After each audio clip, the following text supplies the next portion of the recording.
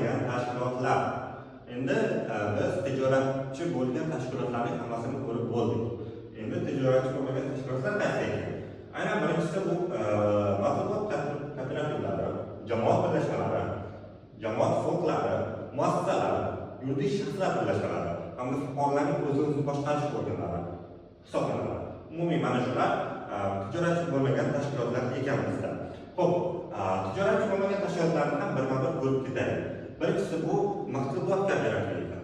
Mahsulot kooperativi bilan matbuot kooperativini ko'plar adashtiradi. Lekin matbuotga umuman, ya'ni deyarli umuman aloqasi bo'lmagan kooperativ hisoblanadi bu. Nima? Qisqacha aytib o'tib ketamiz endi.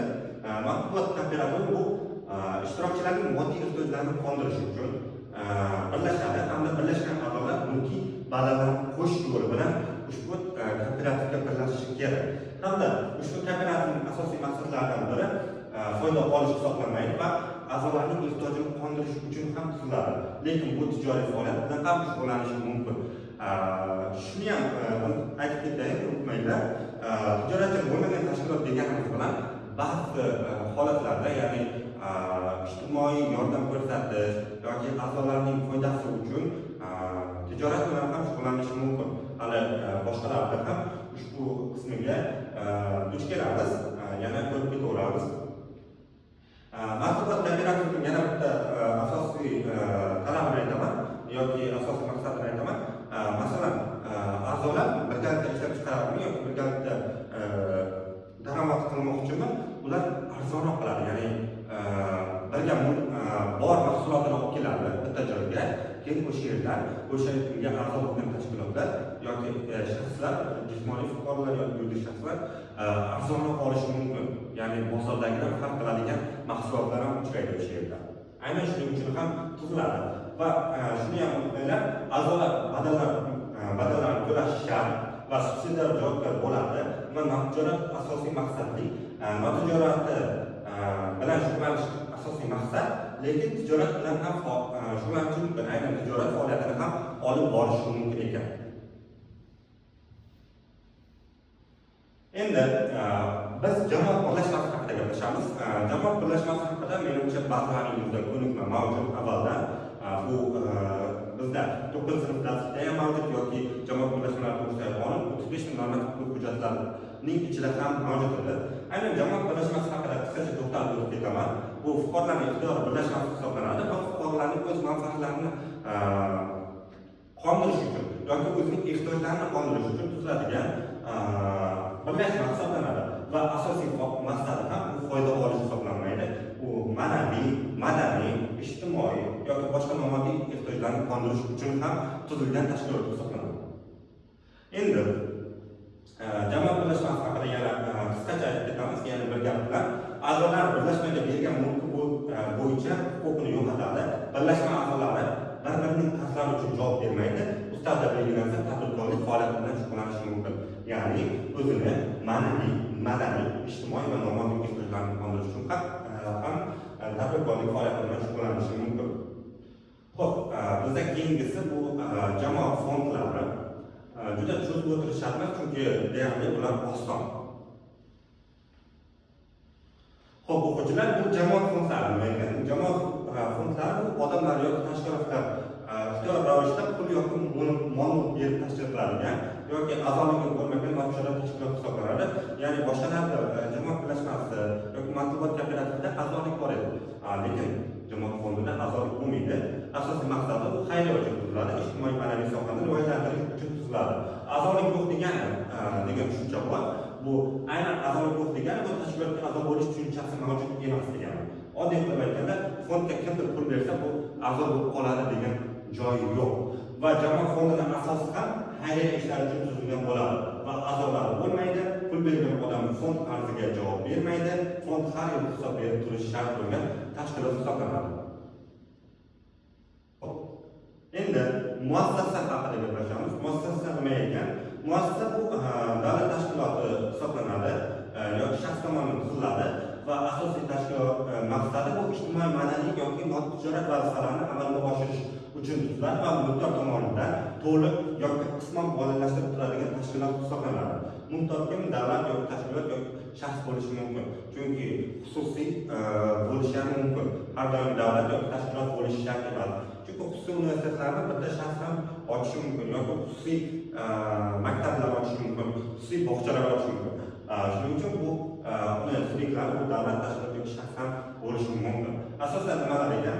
Maktablar, kasalxonalar, kutubxonalar yoki davlat idoralari bu ularning barchasi muassasa bo'lishi mumkin. Hamda ular uchun davlat, tashkilot yoki shaxs pul ajratib o'zi muassasa quradi ekan. Qisqasi esa maktab yoki kasalxona kabi nojo'ya tashkilot hisoblanadi hamda uni mulkdor moliyalashtiradi. Qarzga borganda avval o'z pullari bilan joy beradi, pul yetmasa qolganini mulkdor to'laydi. Mana shu narsa bu muassasa haqida qisqacha ma'lumotlar hisoblanadi. Menimcha muassasa haqida juda oson, muassasa haqida tushunchamiz mavjud. Shu maktablar, kasalxonalar ekan. Xo'p, yuridik shaxslar birlashmalari. Yuridik shaxslar birlashmalari nima? Yuridik shaxslar birlashmasi bu bilamiz bir nechta yuridik shaxslarni olishimiz kerak. Bu yerda nima qilish uchun? Ya'ni yuridik shaxslar bir nechtasi birlashadi hamda o'zining manfaatlarini himoya qilish uchun yoki o'zining manfaatlarini muvofiqlashtirish uchungina uyushmaga, ittifoqqa birlashishi bu yuridik shaxslarning birlashmalari hisoblanadi. Va yuridik shaxslarning birlashmalari bu nimalar bo'lishi mumkin? Kompaniyalar o'zaro raqobat qilish yoki birorta muammolarni yechish uchun ham birlashishi mumkin. Masalan, O'zbekiston Respublikasi banklar uyushmasi aynan tadbirkorlar ittifoqini misol keltirishimiz mumkin. Mana shu yerda masalan keltirilgan. Xo'p, yuridik shaxslarning birlashmalari qisqacha esa o'z a'zolarining qarziga javob bermaydi. A'zolar birlashma qarziga subsidiar javob beradi. Biznes qilmoqchi bo'ladigan bo'lsa, MCH yoki aksiyadorlik jamiyatiga aylanishi kerak hisoblanadi. Xo'p, o'quvchilar, oxirgisi fuqarolarning o'zini o'zi boshqarish organlari. Fuqarolarning o'zini boshqarish organlari bu fuqarolar tomonidan tuziladi hamda mahalliy muammolarni hal etish yoki mahalliy qonunlarni yanada rivojlantirish bo'yicha fuqarolar, qishloq, mahalla fuqarolar yig'ini tomonidan tuziladigan birlashma hisoblanadi yoki organ hisoblanadi va uning asosiy yuridik shaxs hisoblanadi. Shuni unutmanglar. Har doim fuqarolarning o'zini boshqarish organlari bu yuridik shaxs va yuridik fuqarolik munosabatlarining qatnashchisi hisoblanadi. Har doim yuridik shaxs sifatida qatnashadi va sudda da'vo qilishi, da'vogar bo'lishi, shartnoma tuzishi, mol-mulkka ega bo'lishi mumkin. Bu asosiy qismi. Chunki mahalla qanday yoki fuqarolik boshqarish organi yoki qishloq fuqarolar qanday sudda da'vo qiladi yoki da'vogar bo'la oladi, da'vo qila oladi deb aytadiganlar mavjudda. Shuning uchun bu joyni muhim da'vogar bo'la oladi, bu sudda da'vo ham qila oladi. Bu qonun bilan belgilab qo'yilgan. Fuqarolik boshqarish organlari to'g'risida qonun mavjud yoki fuqarolik kodeksida mana aynan belgilab qo'yilgan ekan. Xo'p, endi qisqacha aytsa bu fuqarolik boshqarish organlari davlat fuqarolik munosabatlarini boshqalar bilan teng mablag'lar bilan javob beradi, lekin davlat xizmat korxonalari davlat qarziga javob beradi. Xo'p, o'quvchilar, oxirgisi fuqarolarning o'zini o'zi boshqarish organlari.